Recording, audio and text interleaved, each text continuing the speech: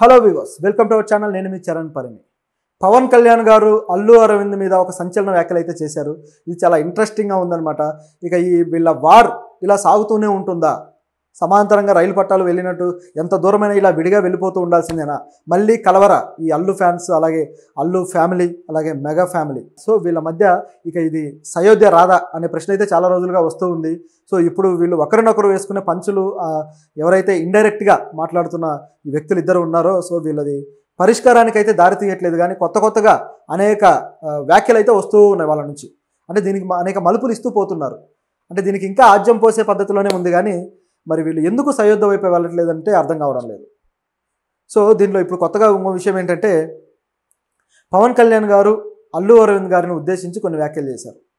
So ఏమన్నారంటే, ఒక సభలో మాట్లాడుతూ అల్లు అరవింద్ గారు, సో ఆయన నన్ను మొదటి సినిమాతోటి లాంచ్ చేశారు. సో ఆయన లాంచింగ్ తోటే నేను ఈ సినిమా ఇండస్ట్రీలో అడుగుపెట్టాను అని చెప్పేసి అన్నారు. సో దాంతోపాటు మరిన్ని విషయాలు అల్లు అరవింద్ గారితో ఉన్న విషయాలు ఆయన పంచుకున్నారు. సో అవి కూడా మనం మాట్లాడదాం. నిజానికి ఈ గొడవ చూస్తే ఎప్పుడో ముగిసిపోవాల్సిన గొడవ. పవన్ కళ్యాణ్ గారు మళ్ళీ దీన్ని రిపీటెడ్గా ఎందుకు అంటున్నారు కూడా అర్థం కావట్లేదు. ఇప్పుడు మొన్న కర్ణాటక వెళ్ళినప్పుడేమో కర్ణాటకలో అదేవిధంగా ఆ కుంకి ఏనుగులను కొంటూ అక్కడ ఒక సెటైర్ వేశారు. అది డైరెక్ట్గా ఇక ఆ పుష్ప మీదనే వేసినట్టు కనిపిస్తుంది. అంటే గతంలో 40 ఏళ్ల క్రితం అయితే అడవులను కాపాడే హీరోలు వచ్చేవాళ్ళు, ఇప్పుడైతే మాత్రం అడవుల్ని నాశనం చేసే హీరోలు పాత్రలు చేస్తున్నారు. సో ఇలాంటివి నేనైతే చేయను అని చెప్పేసి అన్నారు. అంటే అవి చేసే హీరో మీద ఒక సెటైర్ అది. సో అడవులను నాశనం చేస్తున్నది ఇక పుష్ప సినిమాలో థీమే కదా, ఆ ఎర్రచందనం కావచ్చు ఇదంతా. సో దాన్ని హీరోయిజంగా చూపించడం, ఈ విధమైన పర్యావరణ వినాశనానికి అది ఒక ఎగ్జాంపుల్ లాగా కనపడుతుంది అని చెప్పేసి ఆయన విమర్శించడం అనేది ఈ అల్లు ఫ్యాన్స్కి బాగా హర్ట్ చేసింది. డైరెక్ట్గా అల్లు అర్జున్ అంటున్నట్టే ఉంది అది చూస్తూ ఉంటే. అయితే వాళ్ళ మధ్య రాజకీయంగా ఉన్న గ్యాప్ దృష్ట్యా అది ఎంతటి గ్యాప్ అనేది అందరికీ అర్థమైంది కాబట్టి ఆయన ఇంటెన్షనల్గా ఉండొచ్చు ఆ మాట కూడా. ఎందుకంటే వయసులో కూడా చాలా పెద్దవాడు. సో ఆయన హీరోగా కూడా ఆయనకున్న మార్కెట్ కానీ అవన్నీ కూడా పెద్ద స్థాయిలోనే ఉన్నాయి. చాలా సీనియర్ కూడా, నటుడిగా కూడా. సో ఇవన్నీ చూసుకున్నప్పుడు తన ఇంట్లో తన ముందు పెరిగిన పిల్లలే కాబట్టి వీళ్ళు ఆ స్వాతంత్రం తీసుకొని ఒక మాట అని ఉండొచ్చు. ఎందుకంటే తన ఇంట్లో వాళ్ళే తనకు వ్యతిరేకంగా ప్రచారాలు చేసినప్పుడు ఆ మాత్రం బాధ ఉంటుంది ఎవరికైనా. సరే వ్యక్తిగత విషయాలు అన్నీ ఎంత చెప్పుకున్నా సరే రాజకీయంగా వచ్చిన తర్వాత అది ప్రజల విషయాలు అవుతాయి కానీ వ్యక్తిగత విషయాలు అవ్వవు. సో ప్రజలకు సంబంధించి ఒక సిగ్నల్స్ ఇచ్చినట్టు అయిపోతుంది. కాబట్టి అందులో పవన్ కళ్యాణ్ గారు హర్ట్ అవ్వడము, సో దాన్ని ఆయన ఆ విధంగా బయట పెట్టుకోవడం అనేది కనిపిస్తూ ఉంది. అల్లు అర్జున్ గారు కూడా పోని ఆ బాధను అర్థం చేసుకొని ఉంటే బాగుండేది. ఆయన అర్థం చేసుకోకుండా ఆయన తిరిగి మిగతా హీరోలకు ఫ్యాన్స్ ఉంటారేమో కానీ నాకు మాత్రం ఆర్మీ ఉంటుందని చెప్పేసి సపరేట్గా తనకంటూ వేరే ఫ్యాన్ బేస్ ఉంది, అది మెగా ఫ్యాన్ బేస్ కాదు అని చెప్పేసి ఆయన ఒక డైవర్షన్ చూపించడానికి ప్రయత్నించారు. మారుతినగర్ సుబ్రహ్మణ్యం అనే సినిమా ప్రీ రిలీజ్ ఈవెంట్లో మాట్లాడుతూ ఆయన ఈ విధంగా అన్నాడు, ఆర్మీ అనేది సరదాగా పెట్టుకుంటారు ఎవరైనా ఫ్యాన్స్, ఇట్లా అల్లు ఆర్మీ అనో లేకపోతే ఆరెంజ్ ఆర్మీ, మన క్రికెట్ ఐపీఎల్ టీంకి హైదరాబాద్ టీంకి ఉండేది ఆరెంజ్ ఆర్మీ అని ఉంటుంది. అది సరదాగా దానికి ఇచ్చే ఒక నామాంతరం, దాన్ని అతిశయోక్తి అలంకారం అంటాం దాని అలంకారాల్లో. సో ఆ విధంగా పెట్టుకుంటారు తప్పితే ఫ్యాన్స్ ఆ విధంగా అనుకోవడం తప్పులేదు. కానీ హీరో తనకు తానే తనకున్నది ఆర్మీ అని దానికి ఆయన ఒక కెప్టెన్ అని లేకపోతే జనరల్ అనో ఫీల్ అయితే అట్లా. సో ఇక్కడ చూస్తూ ఉంటే తన ఫ్యాన్స్ని ఆయనే కావాలని కాస్త రెచ్చగొడుతున్నారేమన్నట్టుగా ఉంది వాతావరణం. నాకు సపరేట్ ఫ్యాన్స్ ఉన్నారు, మెగా ఫ్యాన్స్ వేరన్నట్టుగా క్లియర్గా ఇక్కడ డైవర్షన్ తీసుకొచ్చినట్టుగా తెలుస్తూ ఉంది. సో ఈ ఫ్యాన్స్ తిరిగి వాళ్ళ పవన్ కళ్యాణ్ గారి మీద కానీ ఆయన ఫ్యాన్స్ మీద కానీ కౌంటర్లు వేయడానికి సోషల్ మీడియాలో రెడీ అయిపోయారు ఆల్రెడీ. సో ఇది ఈ విధంగా జరుగుతూ వస్తుంది. అంటే రాజకీయపరమైన అభిప్రాయాల విషయంలో మనకి ఎటువంటి భిన్నాభిప్రాయాలైనా ఉండొచ్చు. ఒకే ఇంట్లో అందరూ ఒకే వ్యక్తికి ఓటేయరు, వాళ్ళకు నచ్చిన వాళ్ళకి వేస్తారు.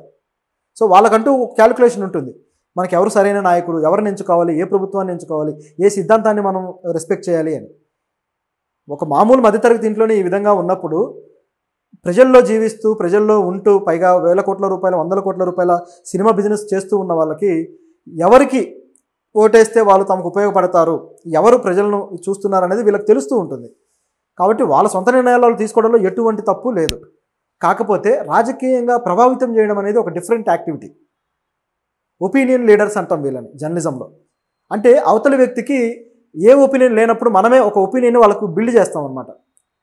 ఈ వ్యక్తి మంచోడు, ఈ వ్యక్తికి వేయండి అంటే ఈయన నమ్మిన పార్టీకి వేయండి అని మనమే బిల్డ్ చేయడం. నిజానికి ఇలాంటి ఒపీనియన్ లీడర్స్గా పత్రికలను చెప్తూ ఉంటాం. జర్నలిజంలో ఇదొక సబ్జెక్టు, ఇదొక థీమ్ అనమాట. సో ఒపీనియన్ లీడర్స్గా పత్రికలు ఏం చేస్తాయంటే వాళ్ళకు నచ్చిన నాయకులని, వాళ్ళ సిద్ధాంతాలని వీళ్ళు మోసి ఆ పత్రికలు ఇవి కరెక్ట్ అయిన సిద్ధాంతాలు, ఇవి నిజమైన సిద్ధాంతాలు అని ప్రజల్లోకి తీసుకువెళ్ళి ప్రజలు ఈ పత్రికలు ఏమనుకుంటున్నాయో అదే విధంగా భావించేలా చేస్తాయి. ఒక విధమైన హిప్నాటిజం అనమాట. అలాంటి అభిప్రాయం ఏర్పాటు చేస్తాయి. అది పత్రికలు చేసే పని. అలాంటి పని ఇలాంటి సెలబ్రిటీలు పైగా ఒకే కుటుంబం వాళ్ళు విడివిడిగా చేస్తే ఏమైపోతుందంటే మొత్తం ఆయన ఫ్యాన్స్ కావచ్చు, ఆయన వైపు ఉండే వ్యక్తులు కావచ్చు, వీళ్ళందరికీ ఒక అభిప్రాయాన్ని ఏర్పరిచినట్టు. అది ఖచ్చితంగా రాజకీయంగా పవన్ కళ్యాణ్ గారికి దెబ్బ తగిలే అవకాశం ఉంది కాబట్టి ఆయన హర్ట్ అయ్యారు. సో ఇది వ్యక్తిగతంగా తీసుకునే స్కోప్ దీంట్లో లేకుండా పోయింది. సో ఇదనమాట. అంటే ఈ స్ట్రాటజీ లేకపోతే దీనికి ఉండే ఈ డైమెన్షన్ని అర్థం చేసుకుంటే కరెక్ట్గా వెళ్ళే వాళ్ళేమో, కానీ అది మిస్ఫైర్ అయింది. సరే, ఈ విధంగా ఉంటే ఇక పవన్ కళ్యాణ్ గారు ఇదంతా జరుగుతూనే ఉంది. మరి దీనికి ఫుల్ స్టాప్ పెట్టాలనుకున్నారో లేకపోతే ఇది ఇంకా ఎక్కువ లాగితే జనాల మధ్యలో చులకనైపోతామని భావించారో కానీ మొత్తానికి ఆయన చేసిన వ్యాఖ్య మాత్రం బాగుంది. సో అల్లు అరవింద్ గారి గురించి ఆయన అంటూ, అల్లు అరవింద్ గారు నాకు లైఫ్ ఇచ్చారు అన్నారు. ఎందుకంటే ఆయన బ్యానర్లో 2 సినిమాలు చేశారు.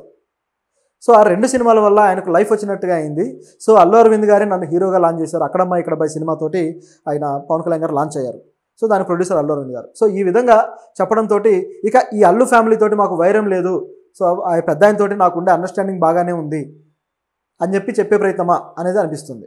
ఎందుకంటే అక్కడికి వెళ్ళి కలిసింది కూడా పవన్ కళ్యాణ్ గారిని ప్రొడ్యూసర్స్ కౌన్సిల్ నుంచి వెళ్ళి కలిసిన వాళ్ళల్లో అల్లు అరవింద్ గారు కూడా ఒకరు.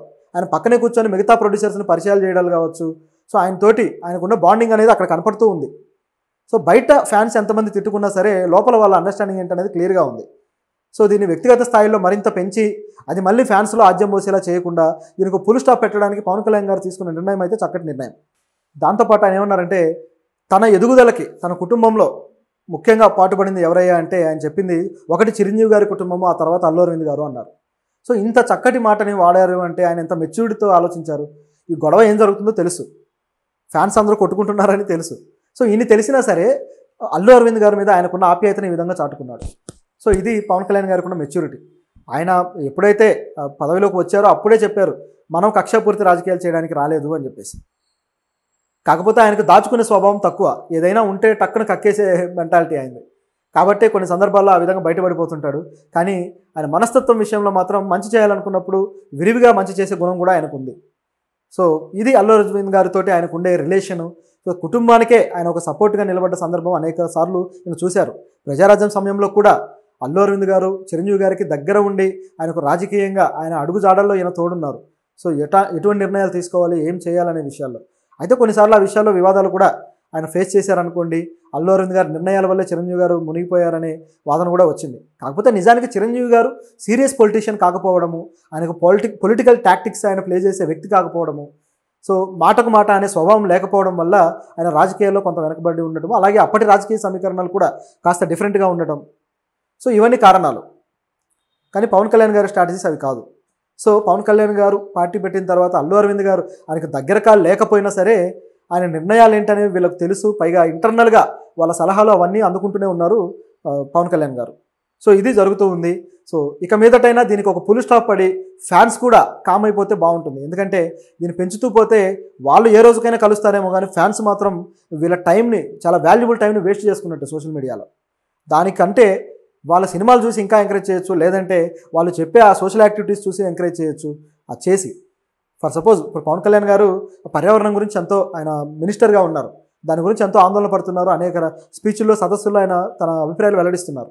ఆ విషయంలో మెగా ఫ్యాన్స్, ముఖ్యంగా పవన్ కళ్యాణ్ ఫ్యాన్స్ పార్టిసిపేట్ చేయొచ్చు. సో ఈ విధంగా వెళ్తే ఆ ఫ్యాన్స్కి కూడా ఒక ప్రొడక్టివ్ యాక్టివిటీస్ చేసిన తృప్తి ఉంటుంది.